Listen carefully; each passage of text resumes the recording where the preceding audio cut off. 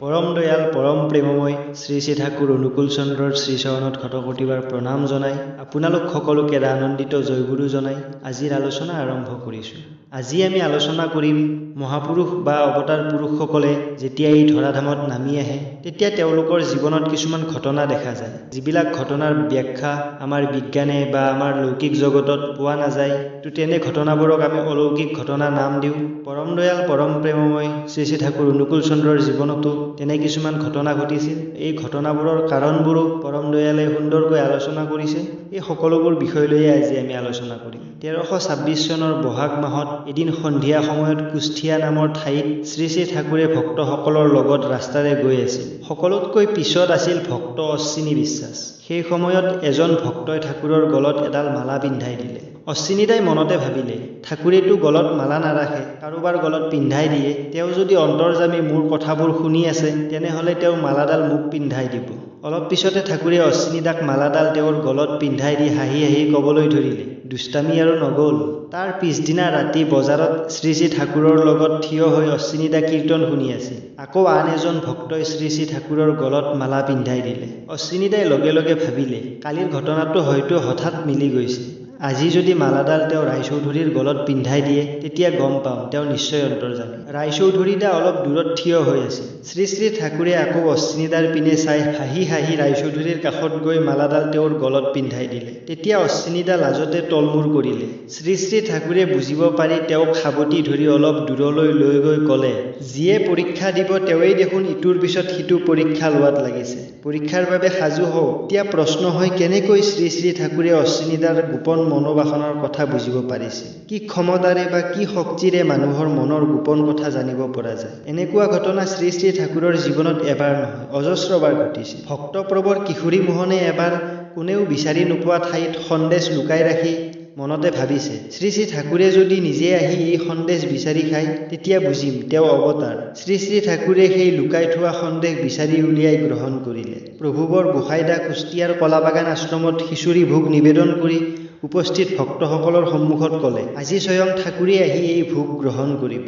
তাৰ অলপ সময় পিছতে 10-12 মাইল দূৰত থকা হিমায়তপুৰ আশ্ৰমৰ পৰা মাঘমহীয়া শীতত পদ্মা আৰু গৌৰী নদী সাঁতুৰি পাৰ হৈ আহি খিচাৰী ভোগ গ্ৰহণ কৰিলে। এইবোৰ কেনেকৈ সম্ভৱ? এইবোৰ কি অলৌকিক? কিন্তু শ্ৰী শ্ৰী ঠাকুৰে নিজেও অলৌকিকতা বিশ্বাস নকৰে। তেওঁ কোনো অলৌকিক কাণ্ড কাৰখানা বিশ্বাস কৰাটোও নিবিচাৰে। তেওঁ কয়, কৰা, হোৱা আৰু পোৱা। নকৰাকৈ একো পোৱা নাযায়। পোৱাৰ পিছত কিবা কৰা থাকে। কৃপা শব্দৰ ব্যুৎপত্তি হ'ল ক্ৰি যোগ পা, কৰা আৰু পোৱা। ঠাকুৰ আছিল পৰম বিজ্ঞানী। সকলো প্ৰশ্নৰ উত্তৰ বা সকলো সমস্যাৰ সমাধান তেওঁ বিজ্ঞানৰ পৰা দিছিল। সেয়ে তেওঁ ধৰ্ম আৰু বিজ্ঞান এটা টকাৰে ইপিঠি সিপিঠি বুলি কৈছিল। বিজ্ঞান অবিহনে ধৰ্ম অন্ধ বুলি কৈছিল। তেনেহ'লে আনৰ গোপন মনৰ বা ভাৱনাৰ কথা বুজি পোৱাৰ পিছত নিশ্চয় কোনো বৈজ্ঞানিক কাৰণ আছে। আমি সেইটো বুজি নোপোৱা বাবেই এইবোৰ অলৌকিক বুলি ভাবোঁ। শ্ৰী শ্ৰী ঠাকুৰৰ এই অসাধাৰণ ক্ষমতাৰ ৰহস্য বুজিবলৈ হ'লে তাৰ আচল কাৰণ বিচাৰি উলিয়াব লাগিব। এই বিষয়ে স্বয়ং শ্ৰী শ্ৰী ঠাকুৰে আলোচনা প্ৰসংগত কৈছে যে আমি চকু, কাণ, নাক, ছাল, জিভা এই সকলোবোৰৰ অনুভৱ শক্তি বঢ়াই তুলিব লাগে। তেতিয়া দূৰৰ পৰা দেখা, দূৰৰ পৰা শুনা বা দূৰৰ পৰা গোন্ধ পোৱা এইবোৰ স্বাভাৱিক হৈ উঠে। ইয়াত কোনো অলৌকিকতাৰ কথা নাই।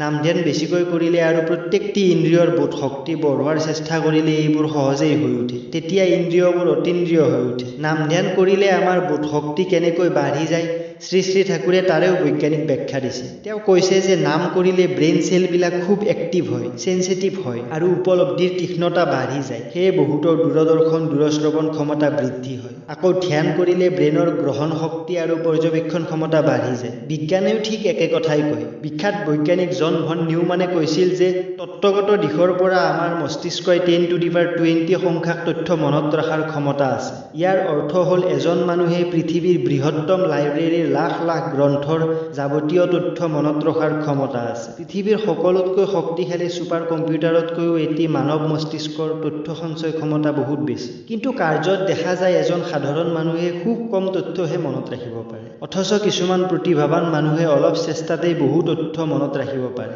দুয়োজনেই কিন্তু মানুহ, মস্তিষ্কৰ গঠনো একে প্ৰকাৰৰ। তেনেহ'লে এই তাৰতম্য হয় কিয়? সেই কথা বুজিবলৈ হ'লে মানুহৰ মস্তিষ্কৰ সম্বন্ধে কিছুমান মৌলিক কথা আমি জানিব লাগিব। আমাৰ মস্তিষ্কত কোটি কোটি সজীৱ কোষ থাকিলেও তাৰ 1.1 কোষহে বৰ্তমান সক্ৰিয়। বাকী কোষবোৰ ব্যৱহাৰ নহয়। বহুদিন ব্যৱহাৰ নকৰাৰ ফলত এই কোষবোৰ নিষ্ক্ৰিয় হৈ যায়। এই নিষ্ক্ৰিয় অধিকাংশ কোষেই আমাৰ অৱচেতন মনৰ কেন্দ্ৰ। ইয়াতেই আছে আমাৰ ষষ্ঠেন্দ্ৰিয়, তৃতীয় নয়ন আৰু স্বজ্ঞা বা স্বতঃস্ফূৰ্ত জ্ঞানৰ উৎস। বৰ্তমান মানুহ যিমান বেছি প্ৰযুক্তি আৰু বিজ্ঞানৰ ওপৰত নিৰ্ভৰশীল হৈছে, সিমানে মস্তিষ্কৰ এই স্বতঃপ্ৰজ্ঞ কোষবোৰ ব্যৱহাৰ কমি আহিছে। ফলত কোষবোৰ নিষ্ক্ৰিয় হৈ গৈছে। বিশেষ চৰ্চা আৰু নাম ধ্যানৰ মাধ্যমেদি এই নিষ্ক্ৰিয় কোষবোৰক সক্ৰিয় কৰি তুলিব পাৰিলে মানুহৰ মানসিক শক্তি যে কিমান বাঢ়ি যাব তাৰ সীমা ৰেখা নাই।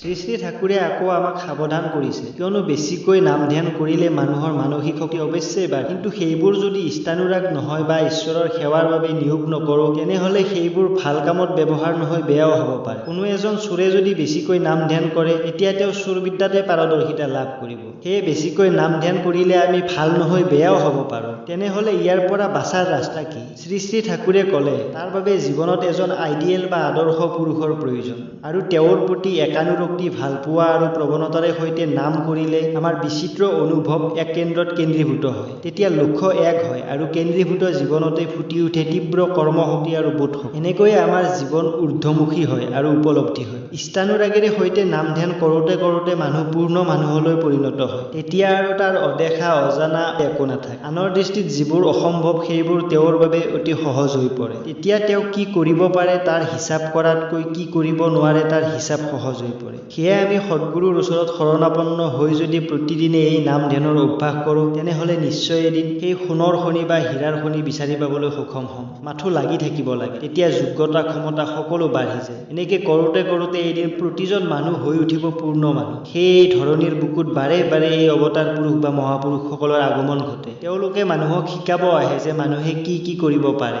মানুহৰ মাজত যে অসীম সম্ভাৱনা লুকাই আছে তেওঁলোকে আহি আমাক শিকাই দিয়ে। তেওঁলোকৰ শৰণাপন্ন হৈ তেওঁলোকে দিয়া বিধি বিধানবোৰ যদি আমি নিজৰ জীৱনত প্ৰয়োগ কৰোঁ, তেনেহ'লে নিশ্চয় আমি তেওঁ বিচৰা ধৰণে পূৰ্ণ মানুহলৈ ৰূপান্তৰিত হ'ব পাৰিম। তেওঁ মানুহক অযোগ্যৰ পৰা যোগ্য কৰিব আহিছে, আৰু যোগ্যৰ পৰা যোগ্যোত্তৰ কৰিব আহিছে, আৰু যোগ্যোত্তৰৰ পৰা যোগ্যোত্তম কৰিব আহিছে। দাদা আৰু মাসকল, আমি কৈছোঁ যদিও আমাৰো হৈ উঠা নাই। আহক আমি সকলোৱে মিলি একেলগে চেষ্টা কৰোঁ। পৰম দয়াল পৰম প্ৰেমময় শ্ৰী শ্ৰী ঠাকুৰ অনুকূল চন্দ্ৰই মানুহক যেনেকুৱা হোৱাটো বিচাৰিছে, আমি যেন তেনেকুৱা হৈ উঠিব পাৰোঁ। ইয়াকে কৈ মোৰ ৰৈ যোৱা ভুল ত্ৰুটিৰ ক্ষমা বিচাৰি আজিলৈ আলোচনা ইমানতে সামৰণি মাৰিছোঁ। জয় গুৰু।